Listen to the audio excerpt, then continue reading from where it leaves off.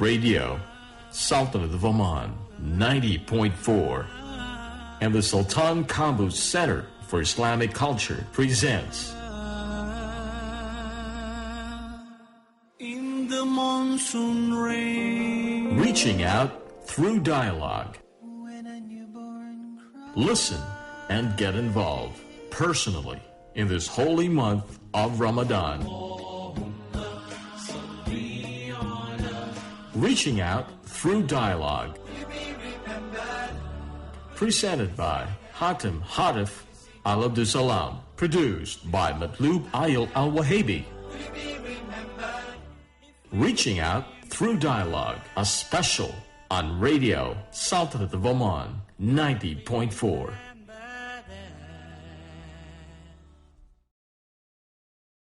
Dear listeners, Assalamu alaikum wa rahmatullahi wa barakatuh. Welcome to our show Reaching Out Through Dialogue. I'm your host Hatem Al Abdul Salam, and today we're continuing with the same topic of yesterday, Islamic banking. Please join me in welcoming my distinguished guest, Dr. Kahlan bin Nabhan bin Abdul Rahman Al-Kharousi, who is the Assistant Grand Mufti of the Sultanate of Oman. Assalamu alaikum, Sheikh. Wa alaikum salam wa rahmatullahi wa barakatuh. How are you today? Alhamdulillah. And how are you? Alhamdulillah Rabbil Alamin. Thank you for taking the time and continuing with this My topic. My pleasure, and I'm also pleased to be with you in this program. As our audience would know that this is a very important topic, and I'm sure many of them would like to know more details about this topic. So yesterday we covered some areas which were like, what is an Islamic bank? What is the philosophy of Islamic bank? What is riba? What is the evidence of prohibiting riba? And what is the difference between an Islamic bank and a conventional bank? And the principles of an Islamic bank. And today, inshallah, we're going to go through more details in this topic. And we can start off with Islamic banks use interest-based system like Kaibo and Libo as a benchmark while determining profit. How Islamic banking can be said to be an Islamic bank? Bismillahir Rahmanir Rahim. Praise be to Allah and all the blessings and the peace be upon His last messenger, Prophet Muhammad sallallahu alaihi wasallam. To answer this question, we need to understand, I do agree with you that Islamic banks should have their own benchmark system for determination of profit. But because the industry of Islamic banking is compared to commercial banks, is still at its initial stage of development, it is using the available benchmark available for banking industry. It is expected that once it is grown to a sizable level, it would have its own benchmark. However, using interest rate benchmark for determining the profit of any permissible transaction doesn't render the transaction itself to be invalid or haram.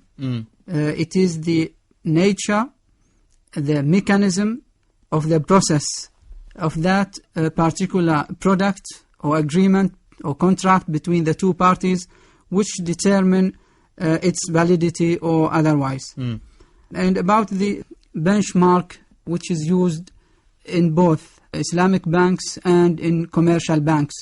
Let's give the example of two neighbors, Mr. A and Mr. B, who are neighbors. Mr. A sells alcoholic drinks, which is, as our listeners know, is totally prohibited in Islam. Whereas Mr. B decides to sell soft drinks. He's a good Muslim, he's a practicing Muslim, and because of that he is adhere to Sharia law, so his business is on soft drinks, halal soft drinks. Mr. A starts the business, both of them, A and B, start the business, and Mr. B wants his business to earn as much profit as Mr. A.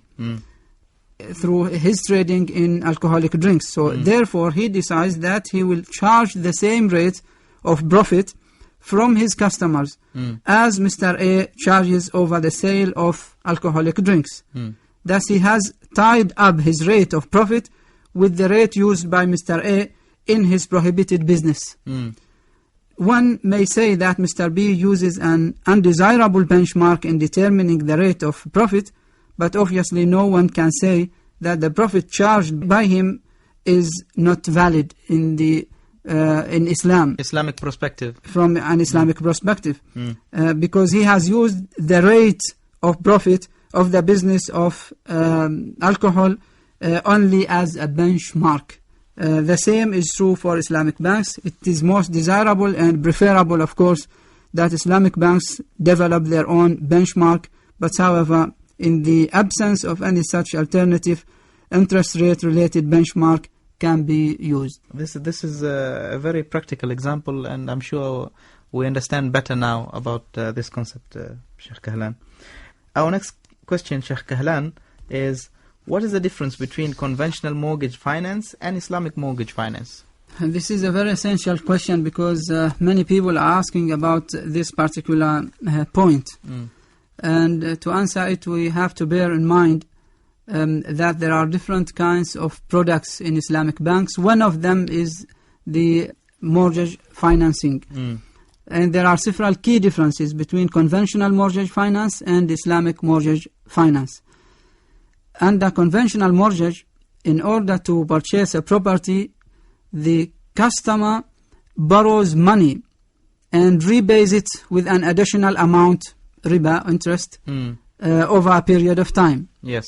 The additional amount is the amount of interest which is against the Sharia law and the rulings of Islam, as we all know, and we explained this particular point yesterday. While under Islamic mortgage finance facility, Islamic bank shares with the customer in purchasing his desired property. So they create a sort of a partnership. Accordingly, the customer and the bank become the joint owners of the property in proportion to their share in purchasing the property. In order to own and use the entire property, the customer purchases the share of bank's property over a period of time and also pays the rent for using the bank's share of the property. So over the period of time, the customer manages to purchase the entire share of bank in the property, and he will end up ultimately that the customer becomes the sole owner, and here there is no longer partnership between the two parties, and the contract has come to its end. Further, in case of Islamic mortgage finance, the rent will be charged after the lessee has taken delivery of the property, and it is in workable or usable condition. It has to be usable. Rent cannot be charged from the day the price was paid to acquire the property or the asset. If the supplier has delayed the delivery after receiving the full price, the lessee should not be liable for the rents of the period of delay. In case of conventional mortgage finance, normally the lease rentals starts from the date the bank make payment for purchasing the property or the assets. So these are the main differences between mortgage in conventional banks and mortgage of purchasing houses, particularly in Islamic banks. Sheikh, can we make it in a simple example so that our audience can understand? For example, if someone wants to buy a property, what happens next? Right. In terms of the bank and the customer. Right. Now, the bank, Islamic bank, is going to share with the customer in purchasing that particular property that he wants. And that's the first stage. Then, because the bank now and the customer have a joint ownership between the two in according to the proportion of their shares, then the property is going to be shared between the two parties. Here, the client, the customer, because he is using the portion of the bank, is going to pay rent for that. Okay. Let's say that he's constructing a house in the land. Their partnership, their joint ownership is on a land. The land originally is owned by the customer. He will sell 80%, let's say, of that land. And he will receive, for example, 80,000 Omani Riyal for the 80% of the land. Now, he is no longer the sole owner of the land, Yes. He owns only 20% of the land, while the bank is owning 80% of that land. In order for the customer to be able to construct a property, a house in that land, he's going to use the land which is owned by the bank, or 80% of it is owned by the bank. Yes. Because of that, he's going to pay a rent, because he's using the land of the bank, or the share of the bank in that land. After the construction is complete and he's going to move into that house, then he is going to purchase or buy the share of the bank. The 80%. The 80%. That 80% are going to be divided into units, equal units, and by passing of time, he is going to purchase these units. And gradually, by over a period of time, he will end up, after, let's say, after five years, he's going to own.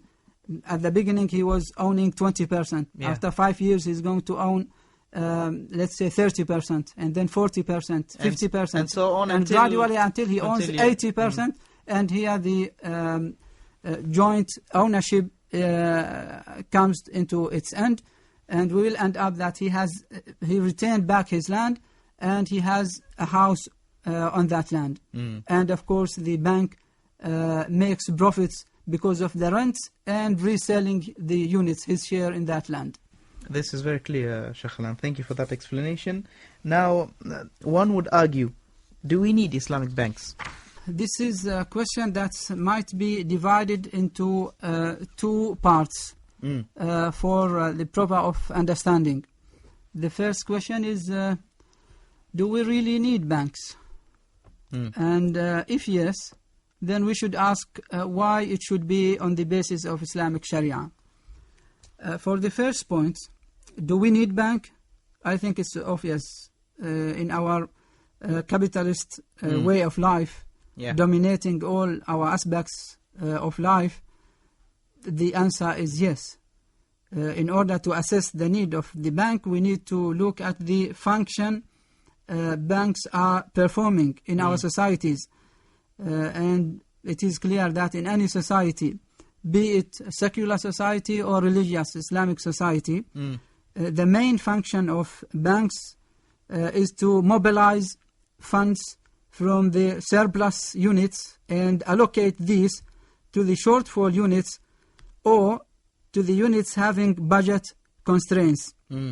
This function is performed through the process of financial intermediation in the financial markets, where banks are the most important operators.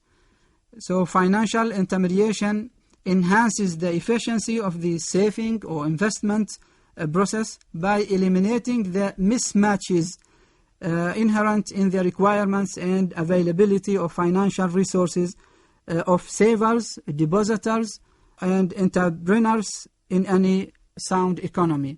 So because of that, banks are reality in our life, and as far as this system is going on, we do need banks. Yet these banks, if we are in need of banks, ultimately these banks and the whole process of banking should be in compliance with Sharia. And why is that, which is your main question?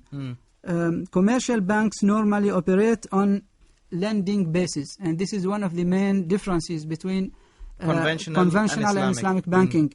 That conventional banks operate on the basis of lending, while it is totally different in Islamic banking.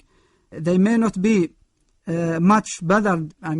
Conventional banks, they might not be bothered about the use of funds as long as the borrower pays back the loan regularly. This doesn't ensure that the amount advanced to the borrower was used for the productive or unproductive purpose. That's the impact of commercial, because banks are making, in this case, banks are making profits from interest paid by customers. Because, as I said, they are operating on lending basis. So basically, Sheikh, the conventional bank, they are not interested to know whether what are you going to do with the amounts given to you as a customer? It's not only that. It's they don't care what sort of investment they themselves are running, whether they are productive, whether they are useful for societies or not, as far as they are making money. And this is reality, I mean, for banks. All over the world, banks are working like that. So they can be in international stocks, in bonds, foreign exchange, whatever. But whether these activities, these financial activities are productive for the society or not, this is another question. So therefore, in conventional banks, they may remain below potential, whereas Islamic bank provides finance which has a greater focus on the productive use. And this is, of course, based on the whole system of Islamic teachings for both parties, for customers and for institutions. They are all encouraged in Islam and urged to have activities that are productive and to save more than spend. This is one of the maxims of Islamic teachings. So Islamic banks financing targets both the equity as well as the working capital needs of enterprises. It is expected that its impact on economic development will be more pronounced. The avoidance of interest by Islamic banking is an additional bonus or advantage, let's say. It is mentioned that allocating financial resources on a productive basis is more efficient than their allocation on a purely lending basis. It has also been argued that the whole banking system would be more stable and less liable to suffer from financial crisis. And this is, I mean, something that we all have witnessed. A monetary system based on riba is also unjust, as it allows savers and banks to get away with interest.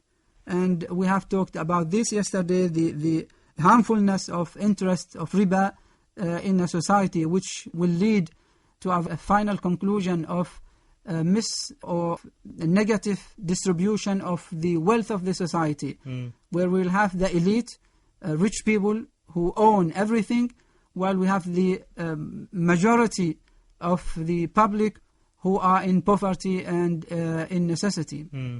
So all these lead to answer the question, yes, we are really in need of banks that are working in compliance with Sharia law. Thank you so much for that answer, Sheikh.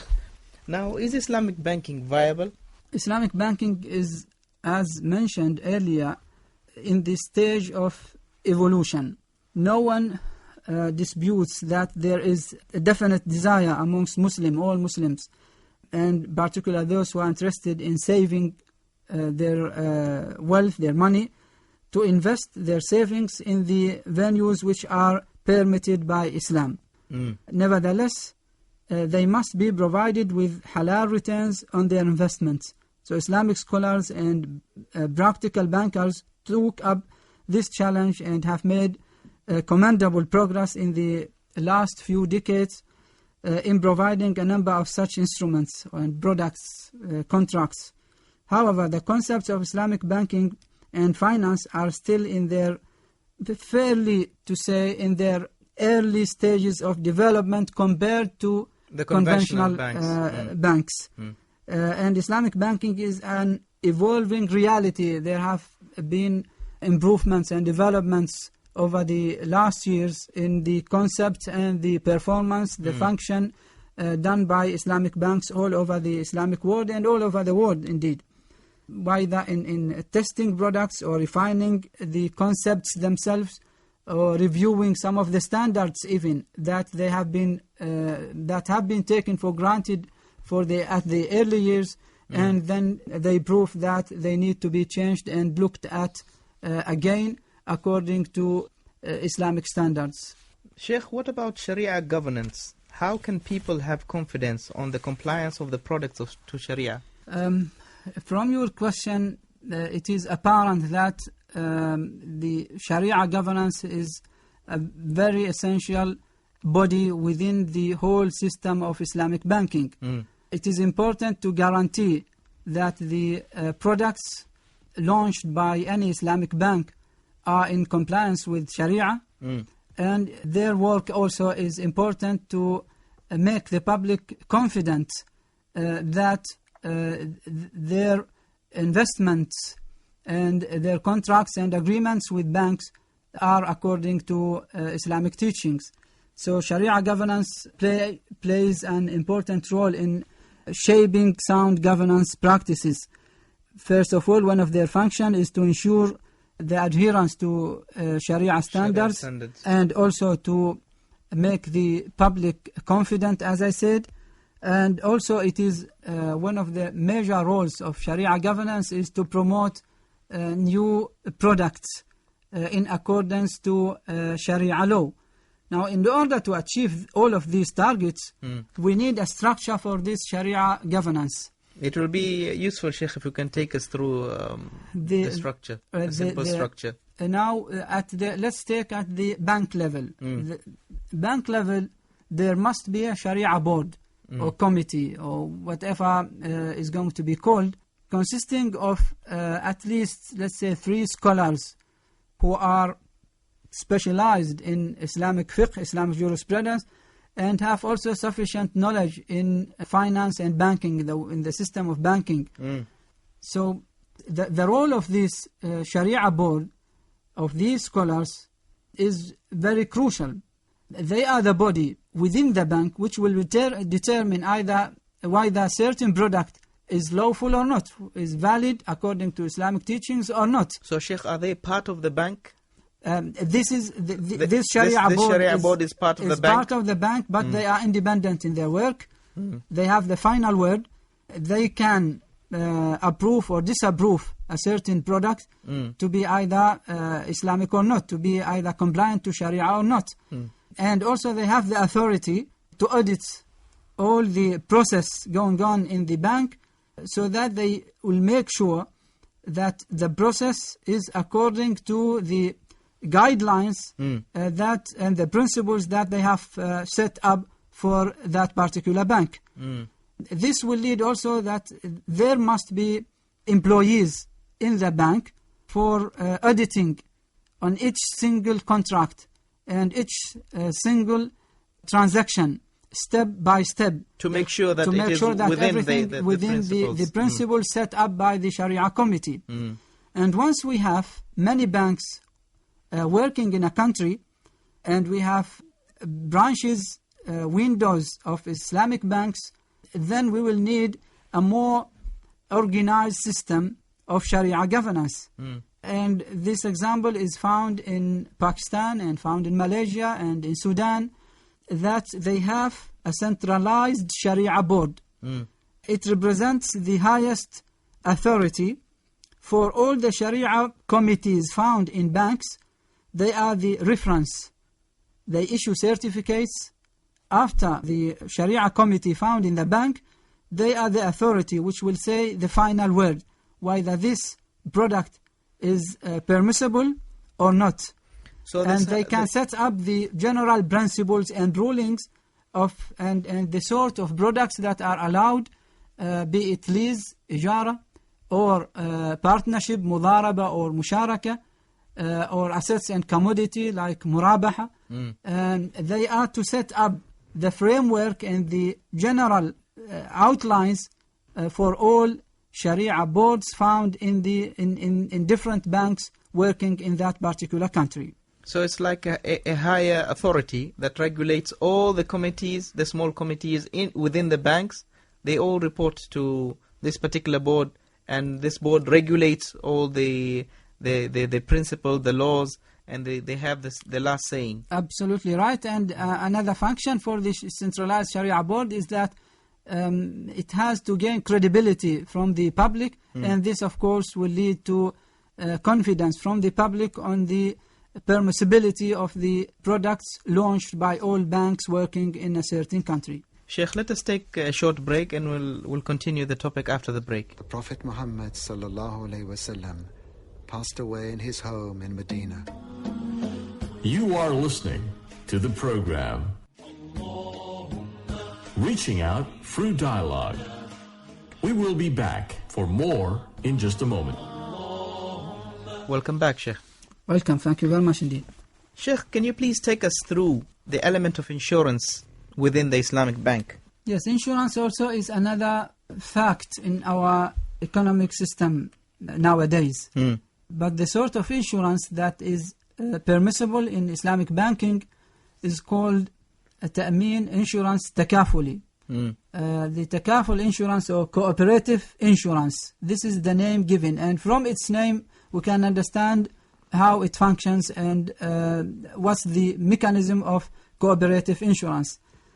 In this insurance, cooperative insurance or takaful, it becomes now a well-known name even in international markets. In international markets in the world of banking. So in cooperative insurance, a group of subscribers contribute to a pool of funds. Whenever one of the members makes a legitimate claim relative to the specific form of cooperative insurance to which they subscribed, they draw money out of that pool. In the meantime, the funds in the pool are invested in an Islamic manner. And without exposing the policy holders to any extra significant risk, this investment works. Unclaimed profits are then distributed among the policy holders. This is the general idea of takaful insurance or cooperative insurance.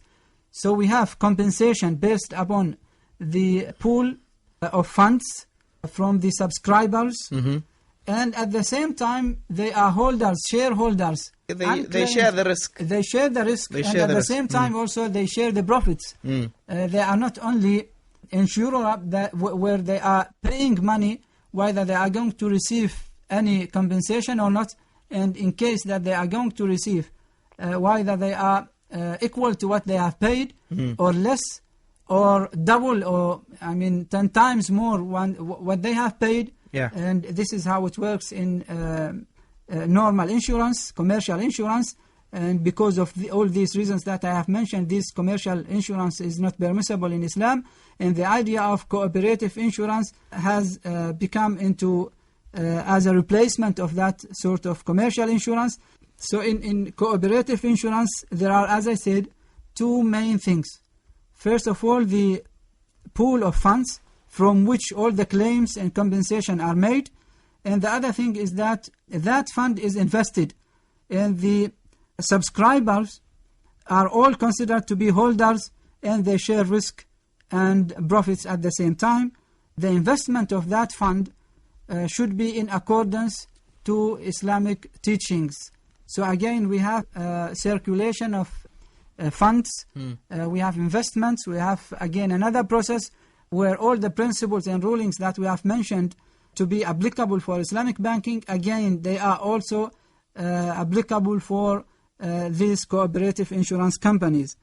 One of if I am to elaborate more, one scholar says the difference between commercial and cooperative insurance is that the insurer in the former, i.e. in the commercial insurance, is not an institution separated from the insured. So moreover, the members of the insuring organization are not seeking to make profits, but only to reduce the losses which affect some of them. In contrast, the insurance in exchange for fixed installments is implemented by an insurer which is a profit-seeking corporation. Such profits are made at the expense of the insured. And here comes, as I said, the difference between cooperative insurance and commercial insurance. Now, the cooperative insurance companies have launched also different kinds of insurance, including health insurance as an example, property insurance. One of the controversial issues in cooperative insurance is life insurance. And many scholars... Which normally it is there in the conventional insurance. Yes, but many scholars still are not in favor of the permissibility of life insurance. Yes, there are other ways of insurance, other methods and modes of insurance, but not life insurance. There are insurance against hazardous situations, dangerous circumstances, but life insurance in the sense that a person is going to be repaid after his death. Under any circumstances, this sort of insurance is not acceptable Islamically. Sheikh, I have another question regarding insurance. Does Islamic bank need cooperative insurance to run their business? Yes, of course, because all their products need to be insured. They need to be insured. They need to be insured, and because of that, it is one of the conditions that is set up by the Sharia board within the bank that all their products should be insured with cooperative insurance. Now, what cannot be, even if the contract between the two parties is correct, it cannot be that the insurance policy is not a cooperative is not a cooperative insurance. Is not a permissible sort of insurance, permissible in the sense of Islamic judgment. So what we're trying to say, Sheikh, here is when Islamic banks are established, we should also establish cooperative absolutely. insurance. And this is what is happening now in our country, and this what happened also elsewhere. Once we have Islamic banks, definitely we do need cooperative insurance. And by the way, we don't insist on the names. Why any insurance company, they call it takaful insurance or cooperative insurance or any other name. It is the mechanism, it is the conditions, the clauses of the contract between the two parties, which determine the permissibility of that policy from unlawful insurance policy. But the whole idea lies on what I have already explained. Sheikh, what are the parameters of preventing harm to any party in Islamic finance? Talking about Islamic teachings, this doesn't mean that all the fairness and justice is only to be made for the client but not for institution. Both parties are observed when it comes to fairness, justice, and preserving their rights and duties. But there are parameters of preventing harm for both sides. From the implementation of products and contracts of Islamic banking, there have been many challenges, and these challenges have been solved in accordance to what we know in Islam as maqasid al-Sharia, which is technical terms indicates the objective of Sharia, i.e. the general rulings of or the general objectives of Sharia law. And from there we derive these parameters. Let's take some of these examples as parameters. One of them is called reads الضرر يدفع قدر الإمكان. Harm is to be repelled as far as possible from both parties. So any potential harm to the society has to be prevented as much as possible. This resembles the proverb, an ounce of prevention is worth a pound of cure. It is easier to prevent something from happening rather than treating it once it has already happened. We can give an example. Islamic banks must not become involved in any activities that may, in the long run, cause harm to society. For example, becoming involved in speculative trading activities that are not linked to real economic activities, such as the derivatives markets. Mushtaqat. This is one example. So the harm is to be repelled as far as possible. One of the important also parameters derived from objective of Sharia, الضرر لا يزال بمثله. Harm is not to be removed by the like of it. If we have two harms, then we cannot remove one with an equal harm or by an equal harm. An attempt to remove harm or damage must not entail another type of harm of the same category or even worse. So all Islamic banks should bear in mind these principles, Sheikh? Yes, and this is the responsibility of Sharia boards. They have to consider, and of course we are talking about scholars, practicing scholars. Yes. They have to observe these rulings and parameters when establishing any contract or issuing a certificate, halal certificate, for any product, any new product. Let's take the example of managing risk. banks must not use conventional risk management tools, which can invoke higher risks, such as using, as an example, techniques like credit default swap. This is well known in the banking sector. In banking sector, or overdraft, as an example, because overdraft is a sort of riba. So in order to avoid a riba between the two contracts, between the two parties, they cannot initiate an overdraft policy between the institution and their customer, because they are, in this case, they are removing a harm by a worse damage as far as Islam is concerned. Another parameter is harm is to be removed. This is a very essential ruling, an important parameter of preventing harm in Islam.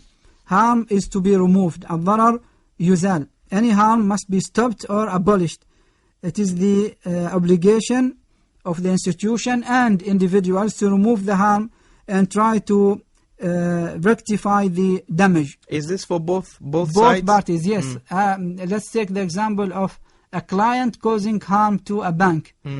If in cases of defaults, intended defaults, if he is capable of paying, of repaying, but then he is behind, he fails to pay what he is about, the installments, then he is going to cause harm to the institution. Yes. This is not allowed in Islam, and he is immediate because he is capable of paying. He is not in poverty, he is not in circumstances that need to be reconsidered by the institution. He has no reason not to pay the installment, and that's when we say that this is a harm to be caused to the institution, and it has to be stopped or abolished. And it is his obligation to stop that sort of harm. And the same thing is applicable also if talking about a harm that can be caused by a bank to society or to their clients, to individuals. So if an Islamic bank identifies any Sharia violation in its activities, immediate action must be taken to rectify the transaction. So the product or the contract need to be corrected, or it need to be even abolished if it is not valid, if it cannot be corrected Islamically. Sheikh, in these circumstances, can the higher Sharia board interfere within the banking activities? Yes, of course, they do. And do something about it? And they should, yes. But sometimes we do have a greater harm and a lesser harm. We cannot avoid harm, but we have different kinds of categories of harm. One is greater and one is lesser. So the greater harm is to be avoided by a lesser harm. الضرر الأشد يزال بالضرر الأخف. So if harm or damage is unavoidable, this is in a very special conditions, the strategy is to choose the lighter damage or harm. Another similar maxim is that the lesser of two harms is to be chosen. يختار أخف الضررين. There is a product called tawarruq. In the event that an Islamic bank has no other option except to use a controversial contract like tawarruq, because it is controversial, Islamically it is controversial. But if a certain Islamic bank has no other option but to use tawarruq in managing its liquidity, it may do so because the damage of a collapsed bank due to a liquidity crisis is more severe and can be disastrous to the whole financial system.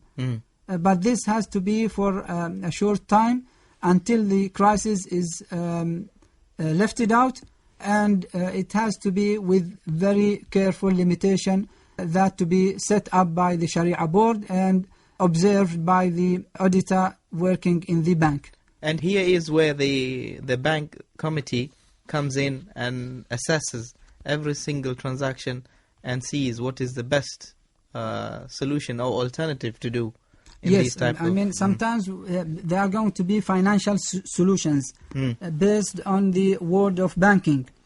But whether these solutions are Islamically acceptable or not, now it is the role of the Sharia board to choose the less harmful option out of that option set up by bankers until the worst is lifted out.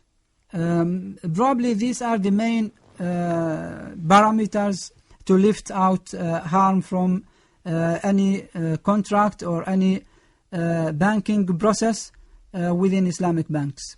Sheikh, there seems to be a misconception that Islamic banks are charity organizations. Most of the people don't understand, how do Islamic banks make their money or profits? Yes, this is something that need to be corrected.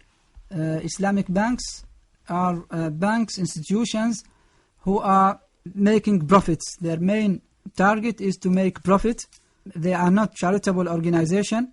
Okay. They are doing businesses and providing services, paid services to individuals in the society. But these services and products provided by these banks must be in accordance to Sharia and compliance with Sharia. And because of that, it's like any other trade. If at the simplest example, if an individual opens a shop selling halal food, now this doesn't mean that because he's selling halal food, it is a charitable institution. No, he's running a business. Not at all. Yes, he's running a business, providing services to the people. He's fulfilling requirements for the society, for individuals. And at the same time, he's earning money, halal money. Yeah. And on the other hand, the society, individuals are receiving services and products, and they are paying for what they are receiving. This is the whole idea of Islamic banks. And we have mentioned that the system of Islamic banking is not based on lending, borrowing process. It is based on partnership, ownership, investments, and this is the way by which these institutions are making profits. Yes, we do encourage them to do charitable works, and in cases of defaults also and deficit, part of the compensation gained from customers is to go for charitable purposes. We do encourage them also to give interest-free loans for those who are in need, but this definitely is going to be within certain limits, because as I said earlier, not to the public, to everyone. Not to everyone, but for some cases because of certain circumstances that need to be recognized by these institutions, then we do encourage them to give interest-free or riba-free loans. This is considered to be, part of charitable works or good services, but they are institutions making money, and the mechanism also at the same time has to be in compliance with Sharia. They cannot claim that they are Islamic bank while the mechanism of the process of the banking that they are running is totally away from Islamic teachings and not parallel to what Sharia is saying. Sheikh, you said a very interesting thing, and this indicates to the humanity side of Islamic banks. When you said that they should give out donations, they should give out interest-free loans to the needy. So they are bond with the community, and they go and seek and give assistance to the public at the same time. So they're not there only seeking to make profits, isn't it, Sheikh? It is true, and we have to bear in mind also, and you reminded me, Hatim, of a very important thing, that this institution, Islamic banks also, because of the electronic core system they are using, it becomes very much easy to calculate the zakah, which is later to be given to the categories who are entitled to receive zakah in the society. It's going to be very much easy for all clients to calculate their zakah annually. The same system, the same core system used, the same electronic system used for all for running the accounts and running the businesses and investments and the savings can also be used to calculate the zakah for any client who is going to pay his zakah through the banks, annual basis. On annual basis through banks, because some prefer to pay by themselves, but it's very easy in the system used, in the electronic system used by Islamic banks, very easy to calculate the zakah on all sorts of assets and investments and even shares. So this makes even your life much easier. You don't have to go through trying to figure out what is the amount of zakah that you should pay. The bank does all that work for you. The advantages of this is are not limited to the client. It is for the whole society. For the bank as an institution who is paying its zakah, and for the society also is going to receive this. There are people in needy, in poverty, deserving to get their right from the zakah of rich people. So everybody is going to enjoy this sort of system when it is applied correctly. Inshallah. Sheikh, will move from Islamic banking to Muslims. Why do Muslims fail to have faith in Islamic banking? And although the non-Muslims have clearly stated the benefits of Islamic banks and their firmness stand during the financial crisis. It's very sad that some Muslims feel in this way.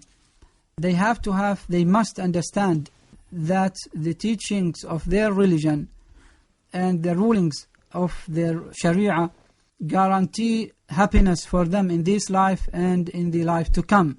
And all this, when talking about Islamic banking as an example, it's not because what's happened prove that they are a sound solution for the financial requirements of societies, individuals, nations, and communities. But because we as Muslims know that Allah subhanahu wa ta'ala, Allah the Almighty, has favored us with a religion which is the source of our happiness, that fulfills all our requirements, be it spiritual or materialistic. And in this sense, Muslims must have confidence in their religion and must derive all what they need from the sources of their legislation, i.e. from the Holy Quran, from the sound prophetic traditions, from the agreement of scholars, and from the flexible analogy that they can use to compare new products and new events to what are mentioned in the sacred texts. And believe me, yes, we do have limited sacred texts from which we derive solutions to all our problems and to all the challenges that we are facing nowadays. But those are general rulings and principles from which we can derive solutions Islamically acceptable, and at the same time they do offer us with what we need, what we require in this life, and they do guarantee us to be adhere to our religion. And this is an act of worship. Now, selling and buying is not because it's not something that we are doing because we feel that we want to do it. There are even spiritual needs behind it. Now, we all know that earning money can be an act of worship once a person is sincere and his intention is to earn good halal earnings and to spend them wisely according to what Allah subhanahu wa ta'ala has ordered him to do, and at the same time he or she gives the needy people what Allah subhanahu wa ta'ala has commanded us to give. Because of all of that, Muslims should feel proud of their religion and the teachings and the practical teachings of their religion, yet they have to derive and to use their minds to bring about these solutions to the world today. Sheikh Kahlan bin Nabhan Al-Kharusi, Assistant Grand Mufti of the Sultanate of Oman. Thank you so much, Sheikh Kahlan, for enlightening us with this educational episode. You have cleared many doubts to our public, and inshallah we'll have more of these sessions in the coming future, inshallah. Thank you so much for being on the show, Sheikh Kahlan. Thank you very much indeed. Dear listeners, I'm your host Hatem Al-Absalam.